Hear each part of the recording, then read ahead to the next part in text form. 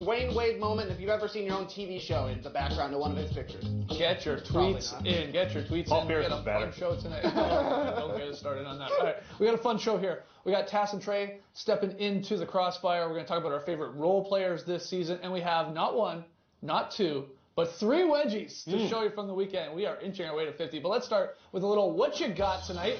Trey is going to hit us up with a few questions, so he's going to throw them at us. We'll ultimately pick an answer, debate it, but you got to be careful. There's only one correct response. That's whatever TK says it is. Trey. There are just 2 nights left in the regular season, but we've only got one postseason matchup locked in as the Celtics beat the Pacers on Friday, guaranteeing that Boston will host Indiana in the first round of the playoffs. The C's won the season series 3-1, but that means nothing, guys. What's your first round series prediction? Celtics or Pacers? What you got? Oh, we're starting early here. Yeah, I don't think you can pick the Pacers in this. I don't think it's going to be easy for the Boston Celtics, but I find it hard to pick against them. Those 2 wins that they had in the last week against the Pacers, they won twice within a week. Those matter. The confidence going into the postseason, I think the Celtics are their most confident now that they've got home court in this matchup, is important because they're 7-1 against the other top 4 teams in the Eastern Conference at home this season. Bunch of confidence. You got a new Gordon Hayward who's balling recently. Kyrie Irving is living for this moment. There's too much going for the Celtics to pick the Pacers. The Pacers have to get a split in that first couple of games in Boston if they're to have any chance. If they can play from in front, then I think they're a chance, because we know that what we've seen from Boston this season, they can implode a little bit if they're behind. And if they drop that first game, maybe the little bit of tension starts in that locker room. Maybe they start pointing their fingers at each other. But if they get out to a good start, the Celtics, if they win both those first 2 games, it's very, very difficult to see how the Pacers can sort of reel that in. I think as well they'll try to slow it down, grind out that series a little bit. I just don't think they have the manpower to really be able to take over Boston. They'll beat them 4 times. I think they can extend this series to 5 or 6 games, but ultimately Boston's too deep, too much talent. And again, we've seen Indiana really be resilient since Victor Oladipo went down. The Pacers want us to do exactly what we're doing right now. Right, to say, there's no chance. Hey, great season, didn't have Oladipo. You guys put up one heck of a fight. McMillan, you're going to get some Coach of the Year and all that. They want us to completely write them off. And a lot of people are going to be picking the Celtics, myself included, because it does come down to that. The Pacers just have a lack of star power when you compare it to the Celtics. And you said, like, the 2 big difference makers, you got Kyrie. He's going to do Kyrie things in the playoff series. I get that. But you said it, Tass. Gordon Hayward playing the best ball of his season right now. He's rolling. He's a difference maker. He's an X factor, whatever you want to call him. And then Al Horford, who's always a rock, but in the games we've seen against the Pacers does cause some of their bigs on the Pacers some matchup nightmares, because he can step out and actually shoot and is very comfortable doing that. So he's pulling those guys away from the rim a little bit. So I ultimately take the Celtics, but again, the Pacers want us to say this, to say, okay, write us off, and we've proven you wrong all season. You keep saying we're going to fall off, we're going to fall off, we're going to fall off.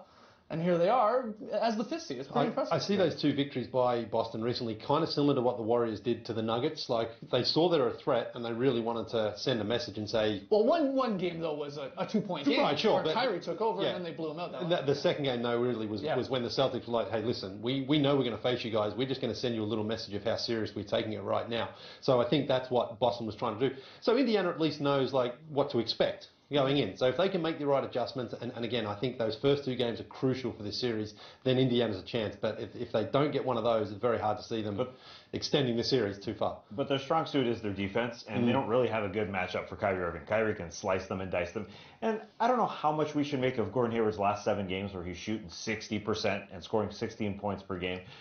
But if you look at it that way and you say, hey, they just added another All-Star. All of a sudden, he's definitely playing his best basketball. He looks a little more explosive. Obviously, the shots there, It's scary for them, that entire roster. They've got too many weapons right now. Trey, what is the answer? Celtics or Pacers? Where are you leaning right now? The Pacers want us to pick the Celtics, so I'm picking the Celtics. It's time to flip that switch, but moving on. Took 4 years and countless zings, but the Nets are back in the playoffs, as a win on Sunday clinched a postseason berth and a 500 record for Brooklyn's finest. That's really cool. But a win on Sunday also clinched a playoff spot for the Magic, who haven't been in the postseason since 2012, haven't been 500 or better since 2011. Guys, who's the more dangerous opponent, the Nets or the Magic? What you got? Oh, this is tough. This is tough really because we don't know the seedings with these teams yet, right? The Nets are going to be either the 6th or the 7th seed. The Magic are either going to be the 6th, 7th, there's a small possibility they're even the 8th seed. So we don't even know who they're playing, be it the Raptors or the Sixers or maybe even the Bucks in the Magic's case. But where do you lean without knowing that? Yeah, the Nets have been in that playoff hunt longer than Orlando, really. Orlando sort of came on strong since sort of February, really, when they started playing defense. And that, I guess, is what you want to take into the playoffs, knowing that you can defend. And Steve Clifford's done a good job with that.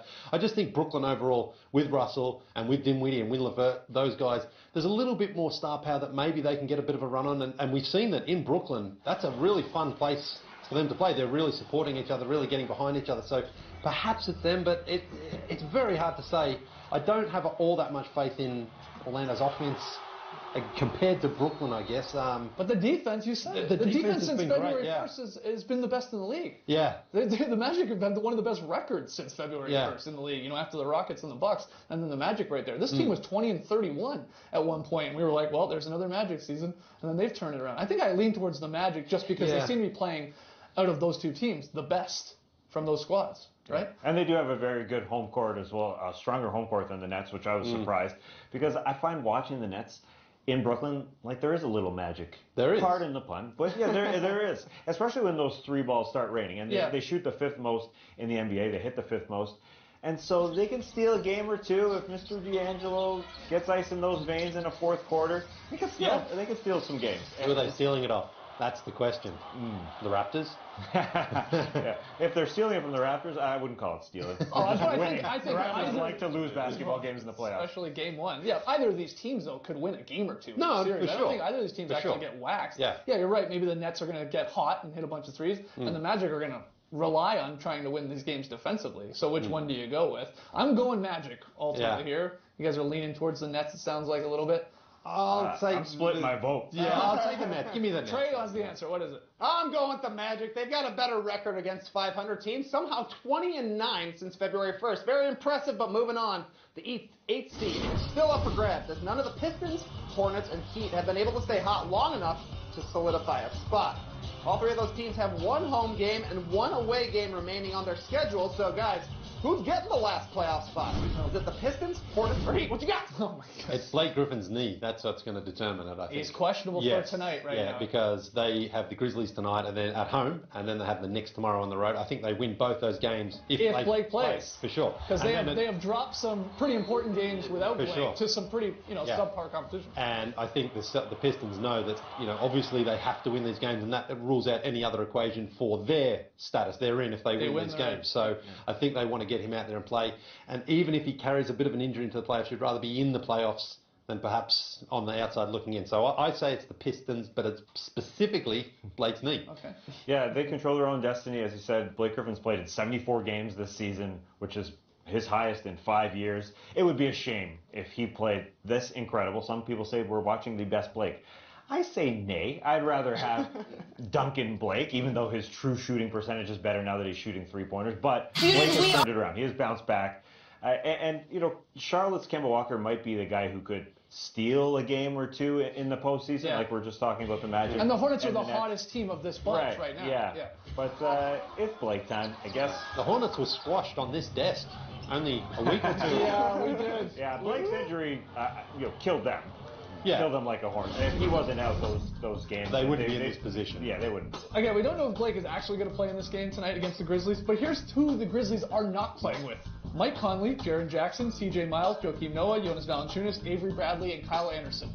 Blake Griffin or not, whether he's in there. Just getting it in our ear, Blake Griffin is playing tonight. Well then they definitely should win. They should have won without him some of these games. They could be in tonight if the Hornets lose to the Cavs and the Pistons win, of course. Exactly. And you never know. The Hornets could definitely lose to the Cleveland Cavaliers. What's the answer here, Trey? You can't trust the Pistons. The Heat already let me down.